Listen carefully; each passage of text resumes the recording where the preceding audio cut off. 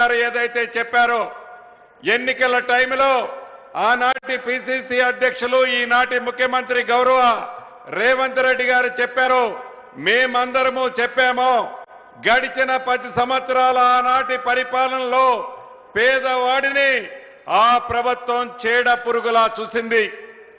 ఈ పేదోడు ప్రభుత్వం వచ్చిన తర్వాత పేదవాడి ఆత్మ గౌరవాన్ని కాపాడే దాంట్లో ఒక్క ఇందిరమ్మ ఇళ్లే కాదు, అనేక సంక్షేమ కార్యక్రమాలని రాష్ట్ర ఆర్థిక పరిస్థితి బాగలేకపోయినా పేదవాడికి ఏదైనా మంచి చేస్తే ఆ మంచి చేయటం వల్ల నాకేమి వస్తుంది, కమిషన్ రాదు కదా అని ఆనాటి ప్రభుత్వం అనుకుంటే ఈ ప్రభుత్వం గౌరవ ముఖ్యమంత్రి రేవంత్ రెడ్డి గారి నాయకత్వంలోని మన ప్రభుత్వం పేదవాడే మనకు దేవుడితో సమానం, పేదవాడి ఆత్మ గౌరవాన్ని కాపాడటమే మన ప్రభుత్వం యొక్క లక్ష్యమని అన్ని కార్యక్రమాలని ఆర్థిక పరిస్థితులు సహకరించకపోయినా తల తాకట్టు పెట్టైనా అన్న మాట ప్రకారం ఒక్కొక్క కార్యక్రమాన్ని చేస్తూ ఇక ఇందిరమ్మ ఇళ్ల విషయానికి వస్తే ఆనాటి 10 సంవత్సరాలలో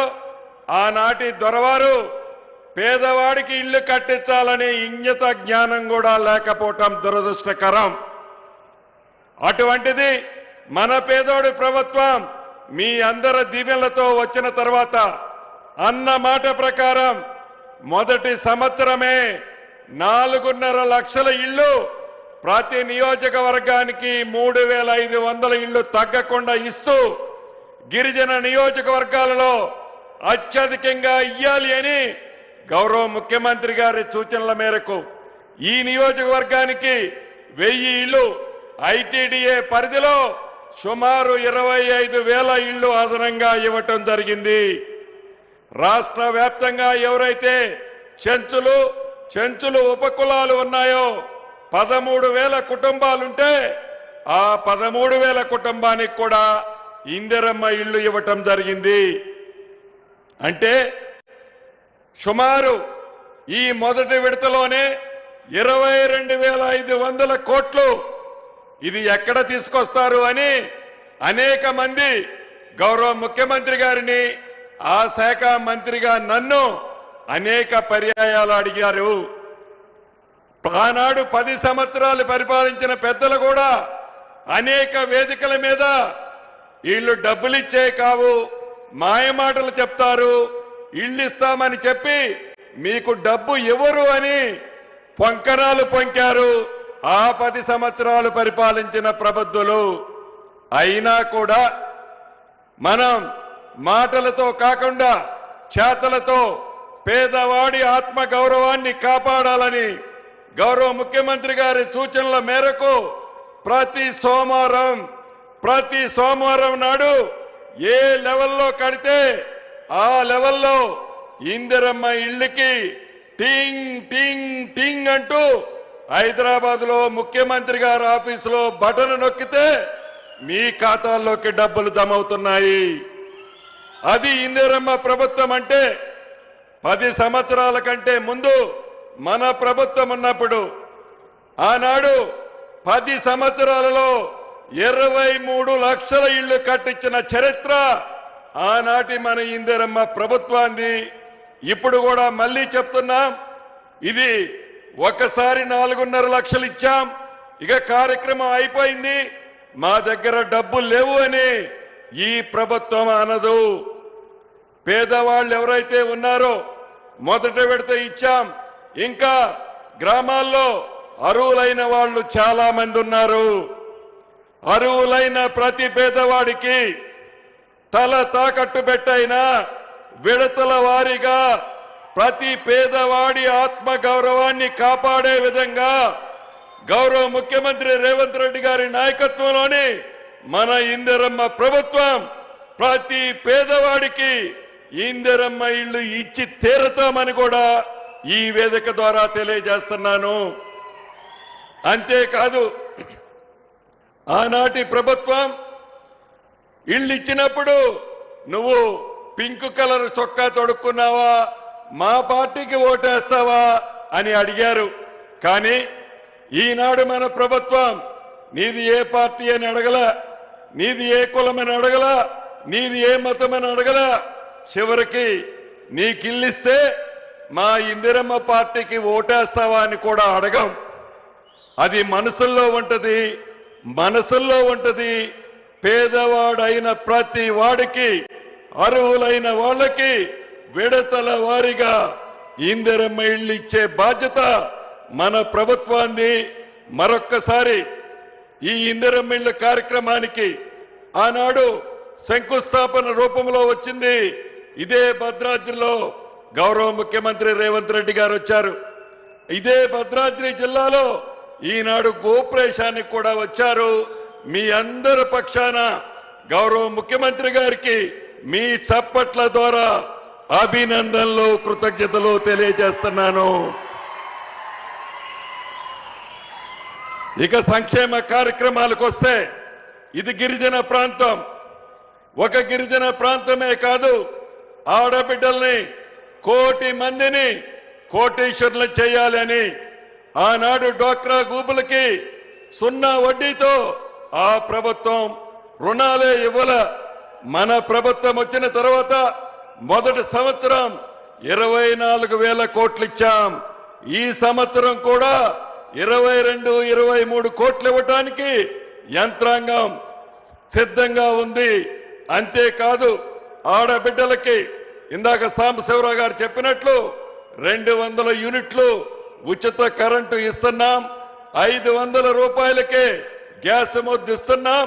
మొన్న ఉగాది నుంచి సన్న బియ్యం, పెద్దోళ్లు తినే సన్న బియ్యం నా పేద కుటుంబం తినాలని గౌరవ ముఖ్యమంత్రి రేవంత్ రెడ్డి గారి సూచనలతో సన్న బియ్యం ఇచ్చే కార్యక్రమానికి శ్రీకారం చుట్టాం.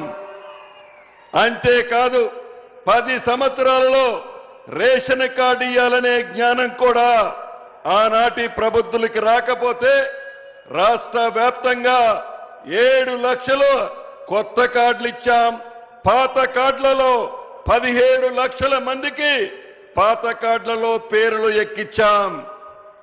రైతన్నని రాజు చేసే దాంట్లో సన్న వడ్లకి మద్దతు ధరతో పాటు ఒక విడత 500 రూపాయల క్వింటాలకి బోనస్ ఇచ్చాం.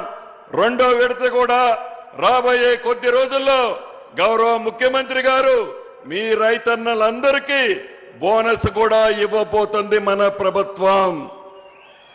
అంతేకాదు ప్రభుత్వం వచ్చిన మొదటిలోనే 9 నెలల్లో 21,000 కోట్లు 65 లక్షల మంది రైతన్నలకి 2 లక్షల రూపాయల వరకు రుణమాఫీ చేశాం. 9 రోజుల క్రితం అంటే 1 నెల క్రితం 9 రోజుల్లో ఎకరానికి రైతు భరోసా ద్వారా 12,000 ఇచ్చే కార్యక్రమంలో మొదటి విడత 9 రోజుల్లో 9,000 కోట్లు మీ ఖాతాల్లో, మీ ఫోన్లు టింగ్ టింగ్ టింగ్ టింగ్ అంటూ మీ ఖాతాల్లో జమ చేసిన ప్రభుత్వం మన రేవంత్ అన్న ప్రభుత్వం. ఇన్ని మంచి కార్యక్రమాలు చేశామంటే దానికి కారణం వేదిక మీదున్న మేము కాదు, మీ అందరి దీవెనలు, మీ అందరి ఆశీస్సులు, మీ అందరి నమ్మకాలు, మీ ఆత్మ గౌరవాన్ని ఈ ప్రభుత్వం కాపాడుద్దనే నమ్మకాలు. ఈ నమ్మకాన్ని గౌరవ ముఖ్యమంత్రి రేవంత్ రెడ్డి గారి ప్రభుత్వం ఈ రోజే కాదు, రాబోయే 3 సంవత్సరాల తర్వాత కూడా ఎప్పుడైనా ఇటువంటి మీటింగ్ పెట్టుకుంటే మీరు తలెత్తుకొని సమాధానం చెప్పే విధంగా మన ప్రభుత్వం పని చేస్తదని కూడా ఈ వేదిక మీద నుంచి మీ అందరికీ తెలుపుతూ చివరగా ఒక్క విషయం చెప్పి ముగిస్తాను. ఆనాటి ప్రబుద్ధుడు మాజీ ముఖ్యమంత్రి కల్వకుంట్ల చంద్రశేఖరరావు గారు వాసాలమర్రి అని ఒక విలేజ్ని దత్తత తీసుకున్నాడు నల్లగొండ జిల్లాలో. అది ఎక్కడ ఉంటుందంటే ఆయన ఫామ్ హౌస్కి పక్కనే ఉంటుంది. ఫామ్ హౌస్కి వచ్చేటప్పుడు పోయేటప్పుడు రోడ్డు ఇరుగ్గా ఉందని ఆ రోడ్లు వెడల్పు చేయడానికి మీ ఊరు దత్తత తీసుకుంటున్నానని చెప్పాడు. అంతవరకు బాగానే ఉంది. ఆ ఊళ్ళో అందరినీ పిలిచి ఒకరోజు బోవు పెట్టాడు. ఆయన కూడా బువ్వకు తినే దాంట్లో కూర్చున్నాడు. కూర్చునేటప్పుడు ఆ ఊర్లో ఒక 90 సంవత్సరాల అవ్వ అనే ఒక పెద్దమ్మ ఉంది. ఆ పెద్దమ్మను కూడా పక్కన కూర్చోబెట్టుకున్నాడు. అవ్వ నీకేం కావాలా అంది. నువ్వు ఏమి ఇవ్వగలుగుతావయ్యా అన్నాడు. నువ్వు ఏది అడిగితే అది ఇస్తాను పోయా అంది. అన్నాడు అతను. ఇల్లు కావాలయ్యా, మీరు రోడ్డు వైడం చేసేటప్పుడు నాకు ఇల్లు పోయిందని చెప్పింది. కానీ ఇల్లు ఇస్తానని చెప్పి ఆవకే కాదు, ఆ ఊళ్ళో ఒక్క ఇల్లు కూడా ఇలా ముఖ్యమంత్రిగా దత్తత తీసుకున్న గ్రామం.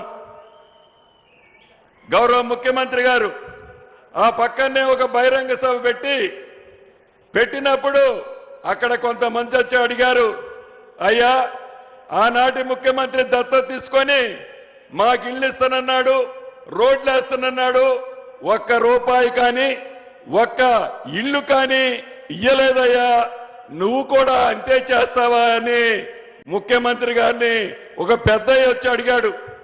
ముఖ్యమంత్రి గారు నవ్వుతూ, నేనే పక్కనున్న బుధం తట్టి ఈ 2-3 రోజుల్లో ఈ మంత్రి గారు వస్తాడు, మీ అందరికీ ఆ ముఖ్యమంత్రి ఏదైతే మాటలు ఇచ్చి వదిలేశాడో ఈ ముఖ్యమంత్రి ప్రతినిధిగా మా మంత్రి గారు వస్తాడు, మీ అన్ని కోరికలు నెరవేరుస్తాడని చెప్పాడు. 3వ రోజు ఆ గ్రామానికి గౌరవ ముఖ్యమంత్రి రేవంత్ రెడ్డి గారి సూచనల మేరకు గ్రామానికి వెళ్ళి 119 ఇళ్లు కావాలంటే శాంక్షన్ చేసి అవ్వ ఇల్లు ఇంకొక 15 రోజుల్లో పూర్తి చేయబోతున్నాం. అది ఇందిరమ్మ ప్రభుత్వం అంటే, మాటిస్తే మడమ తిప్పని ప్రభుత్వం అంటే మన రేవంత్ అన్న ప్రభుత్వం. చివరికి ఆయన సొంతూరు ఏ ఊరండి అది? ఆయన సొంతూరు చింతమడక అనే ఒక ఊరు ఉంటుంది. ఆయన పుట్టి పెరిగిన ఊరు చింతమడక కూడా ఇందాక దత్తత తీసుకున్న గ్రామానికి ఏ మాటలైతే సొల్లు పురాణం చెప్పాడో అదే మాటలు చింతమడకలో కూడా చెప్పాడు. అక్కడ మొండిగోడలతో ఇల్లులు పొదుల సంఖ్యలో ఉన్నాయి. ఈ ప్రభుత్వం బేసిజాలకి పోకుండా, పట్టుదలకి పోకుండా, పేదవాడు సౌలభ్యం కోసం, పేదవాడికి మంచి జరిగితే ఏది చేస్తే మంచి జరుగుద్దో అది చేయటానికి ఈ ప్రభుత్వం గౌరవ ముఖ్యమంత్రి రేవంత్ రెడ్డి గారి సూచనలతో తూచా తప్పకుండా మాటలు తక్కువ చెప్పి చేతలు ఎక్కువ చేసే ప్రభుత్వం మీరెన్నుకున్న